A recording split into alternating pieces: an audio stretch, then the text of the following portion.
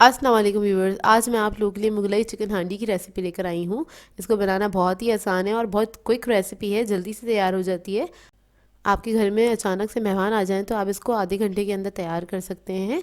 तो इस वीडियो को लास्ट तक ज़रूर देखिए। अगर आप मेरे चैनल पर नए हैं तो मेरे चैनल को सब्सक्राइब करें और साथ ही साथ बेल आइकन को क्लिक करना ना भूलें। इससे मेरे आने वाली हर वीडियो की नोटिफिकेशन आपको सबसे पहले मिलेगी। मेरी वीडियोस अच्छी लगे तो उसको लाइक करें और इसको शेयर भी ज़रूर करें।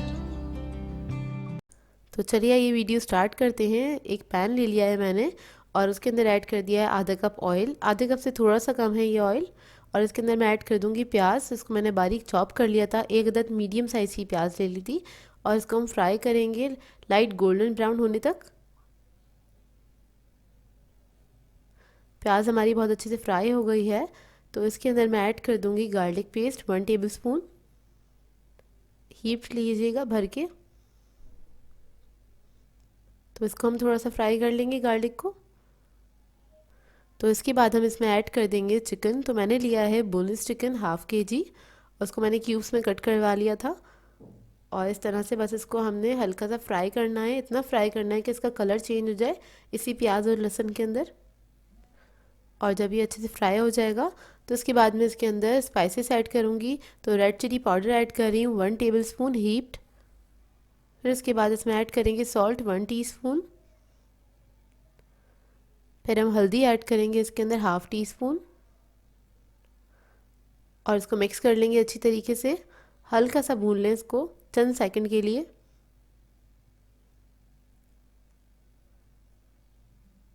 जब ये अच्छे से मिक्स हो जाए चंद सेकंड के लिए इसको भून लें।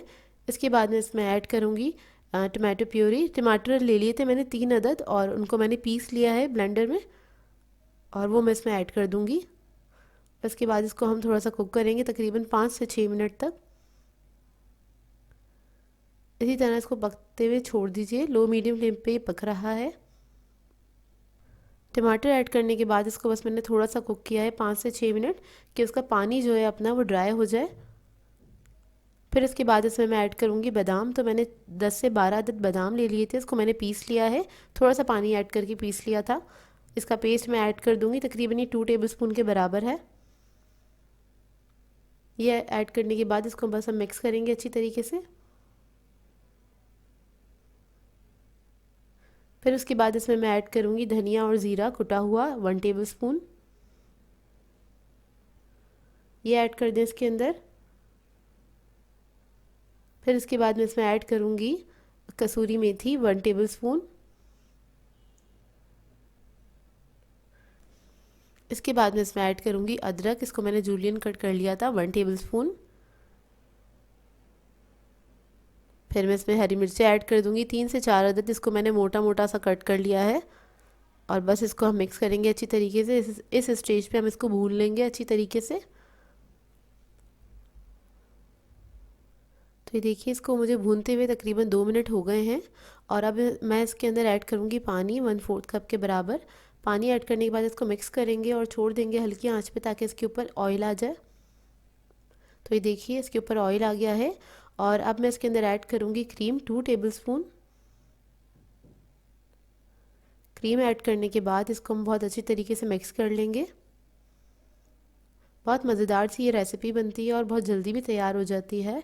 ट्राई ज़रूर कीजिएगा इस रेसिपी को और अपना फ़ीडबैक ज़रूर दीजिएगा।